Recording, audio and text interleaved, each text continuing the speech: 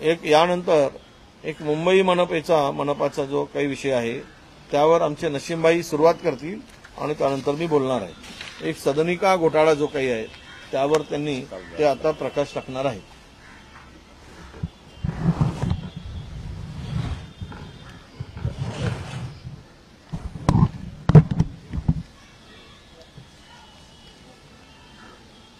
आपण सर्वांना माहीतच आहे की मुंबई उपनगरामध्ये बैल बाजारच्या क्रांतीनगर असो किंवा संदेशनगर असो, जरीमरी असो, सहारगाव असो, असे अनेक ठिकाणी विमानपत्तनची जागावर अंदाजे 25,000 परिवार गेल्या 40-50 वर्षापासून राहत आहे आणि 2012-13 मध्ये त्यावेळी एअरपोर्ट अथॉरिटी ऑफ इंडियाने निर्णय घेतला होता की एअरपोर्टच्या सौंदर्यीकरणासाठी आजूबाजूच्या आणि सुरक्षाच्या दृष्टीने आजूबाजूच्या ज्या स्लम आहेत, ज्या झोपडपट्ट्या आहेत, त्यांचा पुनर्वसन करण्याचा निर्णय झाला होता आणि 2012-13 मध्ये काँग्रेस राष्ट्रवादीची सरकार असताना त्या रहिवाशांचा पुनर्वसन तिथेच आजूबाजूमध्ये व्हावा म्हणून एक निर्णय शासनाने घेतला होता आणि HDIL कमानी कुर्ला येथे अंदाजे 18,000 सदनिका म्हणजे PAP पुनर्वसन करण्यासाठी तयार करण्यात आली आणि त्यानंतर एअरपोर्ट अथॉरिटी ऑफ इंडिया जे GVK होतं त्या अडानीकडे ट्रान्सफर झाल्यानंतर त्यांनी त्या पुनर्वसनासाठी कुठल्याही प्रकारची तत्परता दाखवली नसल्यामुळे त्या लोकांचा पुनर्वसन होऊ शकला नाही आणि ती सदनिका तशीच जे अंदाजे 18,000 बनवून घेण्यात आली होती ते पडली होती। गेल्या 7-8 वर्षामध्ये सरकारने मुंबईच्या वेगवेगळ्या जो प्रकल्प आहे, प्रोजेक्ट आहे, त्या प्रकल्प आणि प्रोजेक्टमध्ये बाधितांना तिथे टेम्पररी पुनर्वसन करण्याचा निर्णय घेतला आणि हजारो लोकांचा तिथे पुनर्वसन झालेला आहे। गेल्या 15 दिवसापूर्वी क्रांतीनगर बैल बाजार आणि संदेशनगर बैल बाजार या विभागामध्ये पुन्हा एअरपोर्टची जी जागामध्ये राहणारे लोक आहेत त्यांचा पुनर्वसन करण्याची सुरुवात सरकारने केली आणि तो पुनर्वसनामध्ये मोठा भ्रष्टाचार झालेला आहे। एक SRAचे जे पात्र करणारे अधिकारी आहेत ते MMRDAचे जे संबंधित अधिकारी खालचे आहे, ॲडिशनल कलेक्टर असो, डेप्युटी कलेक्टर असो, तहसीलदार असो, ते स्थानीय आमदार बाकीच्या सर्वांची मिलीभगत करून तिथे जे सदनिका वाटपाचा जो कार्यक्रम त्यांनी एक हॉलमध्ये केला आणि अंदाजे 53 लोकांना तिथे बोगस फ्लॅट घर देण्यात आला आणि त्या लोकांनी त्याच इमारतमध्ये खाली खरेदी विक्री सुरू केली। पोलिसांना जेव्हा माहिती पडली या विषयीची, पोलिसांनी रेड टाकली आणि 12-13 लोकांना अरेस्ट केलेला आहे। प्रथम दर्शनी 53 फ्लॅट बोगस लोकांना देण्यात आला अशा प्रकारच्या FIR साकीनाका पोलीस ठाण्याने नोंद केलेली आहे। परंतु ह्याच्या पूर्वी हजारो लोकांना जो गेल्या 10-15 दिवसामध्ये अलॉटमेंट करण्यात आलेला आहे पुनर्वसनाच्या नावाखाली, त्याच्यामध्ये शंका निर्माण अशी झालेली आहे, अनेक सामाजिक संस्थांनी मला भेटून तक्रार केलेली आहे की ह्याच्यामध्ये 200-300 घर बोगस लोकांना वाटप करण्यात आलेला आहे।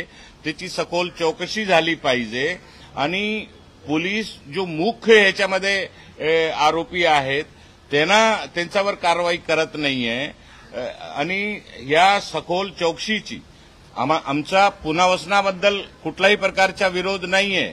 लोकांचा पुनर्वसन झाला पाहिजे, हा प्रकल्प ही योजना आमची काँग्रेस पक्षाचीच होती, परंतु पुनर्वसनाच्या नावाखाली बोगस लोकांचा नाव पात्रता यादीमध्ये दाखल करून अधिकाऱ्यांशी संगनमत करून आणि बोगस लोकांना चाबी वाटपाचा काम चालू आहे, त्याची चौकशी झाली पाहिजे आणि याची उच्चस्तरीय चौकशी करून जे अलॉटमेंट गेल्या 10-15 दिवसामध्ये एअरपोर्टची जागामध्ये बाधित लोकांच्या पुनर्वसनाच्या नावाखाली जे झालेली आहे त्याची सखोल चौकशी झाली पाहिजे.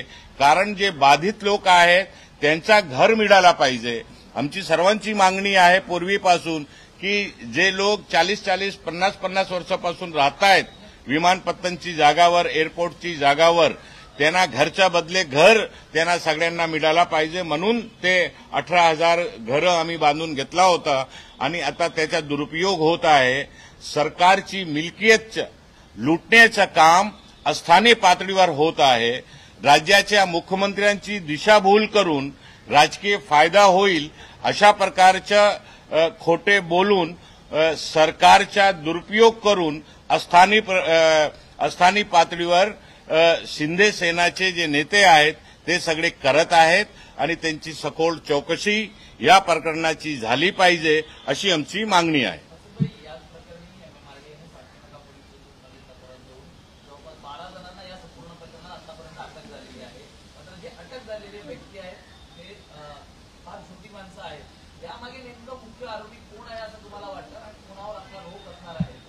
म्हणूनच आमची मागणी आहे की ह्याच्यासाठी एसआयटी बनवली पाहिजे. एसआयटीच्या माध्यमातून उच्च स्तरीय ह्याची चौकशी झाली पाहिजे. ह्याचा मूळ कर्णधार कोण आहे, ह्याचा बॉस गँग लीडर कोण आहे, कोणाकोणाचा हात आहे, जो एसआरएमध्ये पात्रताची यादी तयार करणारे जे लोक आहेत त्यांच्या रोलची तपासणी झाली पाहिजे. त्यांना त्वरित निलंबित केली पाहिजे. वाटप करणारे एमएमआरडीएचे जे अधिकारी आहेत जे खाजगी जागामध्ये बसून जाऊन चाबिया वाटप करत होते ते त्यांची जबाबदारी आहे. हे बघा, असे पोस्टरवर शिक्का मारून सदनिका क्रमांक हा शिक्का मारून आणि हा वाटप करण्याचा कार्यक्रम तिथे झालेला आहे. हा नियमबाह्य आहे. ह्या सदनिका वाटपाचा जो नियम आहे पात्र यादीप्रमाणे अधिकारी तपासून घराची छाननी करतायत, कागदपत्राची छाननी करतायत, त्याच्यानंतर चाबी वाटपाचं काम करत असतात. हे सगळे खूप मोठा भ्रष्टाचार झालेला आहे आणि सैकडो घर ह्याच्यामध्ये बोगस लोकांना देण्यात आलेला आहे.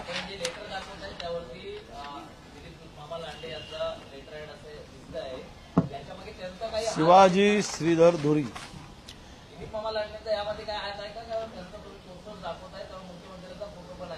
मुख्यमंत्र्यांचा फोटो आहे, उपमुख्यमंत्र्यांचा फोटो नाही आहे, तिकडच्या खासदाराचा फोटो नाही आहे. आता या सरकारमध्ये काय चाललं आहे, 2 सरकार झाली आहे की 3 सरकार झाली आहे, हा प्रश्न निर्माण झालेला आहे. परंतु आम्हाला या राजकीय ह्याच्यामध्ये काही लेणे घेणे नाहीये. आमचा विषय एवढंच आहे, लोकांचं पुनर्वसन झाला पाहिजे आणि पुनर्वसनाच्या नावाखाली जो भ्रष्टाचार चालू आहे, जो लूट चालू आहे, हा लूट बंद झाली पाहिजे आणि लूट करणाऱ्या लोकांवर कायद्याप्रमाणे मोठी कारवाई झाली पाहिजे. जेणेकरून या मुंबई शहरामध्ये जो गोरगरीब लोक जे झोपडपट्टीमध्ये राहत आहेत, ज्यांच्या हक्काचं घर या शहरामध्ये असला पाहिजे, जो स्वप्न आहे तो साकार झाला पाहिजे, ही आमची सर्वांची भूमिका आहे. मुळात हा विषय अत्यंत गंभीर असा विषय आहे सदनिका घोटाळ्याचा. सत्ताधारी पक्षातील लोक यामध्ये सहभागी आहेत. सत्ताधारी लोकांचा यामध्ये हात आहे. निवडणूक फंड गोळा करायसाठी वाटेल तो मार्ग अवलंबायचा, त्यातील हा एक मार्ग आहे. यामध्ये साकीनाका आणि क्रांतीनगर बैल बाजार या झोपडपट्टीधारकासाठी 576 सदनिका आणि चावी वाटपाचं काम मुख्यमंत्र्यांनी केलं. खुद्द मुख्यमंत्री ज्यावेळेस याचं उद्घाटन करतात, वाटप करतात, त्यामध्ये तरी किमान खालच्या लोकांनी शेण खाण्याची भूमिका स्वीकारू नये. मुख्यमंत्र्यांच्या प्रतिष्ठेला धक्का पोहोचेल असंही काम होण्याची करत असताना विचार केला गेला पाहिजे. काय मुख्यमंत्र्यांचा यांना छुपा पाठिंबा आहे, यांच्या डोक्यावर हात आहे, त्यांचा वरदस्त आहे का, असे धंदे करताना याचा खुलासा मुख्यमंत्र्यांनी केला पाहिजे. मुळात ह्या चावी वाटप 4 मार्चला हा घोटाळा ज्यावेळेस लक्षात आला, 26 फेब्रुवारीपासून ते 4 मार्चपर्यंत हे सगळं चाललं होतं. 53 आता दिसून आलेत. 53 हे विक्री झाली, बोगस आहेत, मूळ रहिवासी नाही. या बोगस लोकांना तिथे घालण्याचं काम झालं. आणि एका रूममध्ये बसून ही टोळकं त्यांच्याकडून पैसे घेत होते. पैसे घेऊन सदनिकेची चाबी देत होते अधिकारी होते. आणि त्यामध्ये अधिकारी होते. विशेष म्हणजे अधिकारी आणि हे कार्यकर्ते, पदाधिकारी, नेते मिळून या महाराष्ट्रातील हा 576 सदनिकाचा घोटाळा केलेला आहे. यामध्ये उघडकीस जरी 10 कोटीच्या 53 सदनिका आल्या तरी हा घोटाळ्याची व्याप्ती प्रचंड मोठी आहे. 100 कोटी. आणि हे 420चाच हा गुन्हा आहे. 420 या सगळ्यावर आता लावलं गेलं पाहिजे. काही लोकांवर लावलं आहे, परंतु मूळ गुन्हेगार ज्यांच्या लेटर हॅडचा वापर केला आहे त्याच्यावर नाव आहे शिवाजी श्रीधर धुरी, खोली क्रमांक 604, बिल्डिंग क्रमांक नंबर 3, विंग ए. आता हे अशा पद्धतीनं आणि ऍडिशनल कलेक्टरचा सिक्का, सही. अरे एवढं पाप, इतकाही मोठ्या प्रमाणामध्ये बिनधास्तपणे डोळे बंद करून गैरप्रकार आणि भ्रष्टाचार करायचा, मुंबई लुटायची.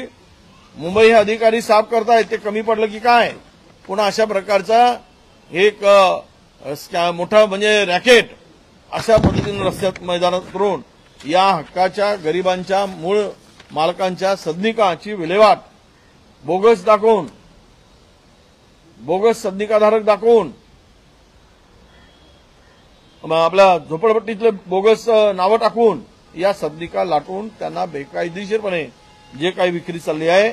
माझा या संदर्भात एवढीच मागणी आहे की बनावट कागदपत्र बनवून जो विकण्याचा गैरप्रकार आहे अत्यंत गंभीर आहे, सिरियस आहे. या प्रकरणाची संपूर्ण एसआयटी चौकशी झाली पाहिजे. 100 कोटीच्या वरचा आत्ता झालेला घोटाळा आहे. हे पुन्हा खोलवर गेल्यावर याची व्याप्ती अधिक वाढणार आहे आणि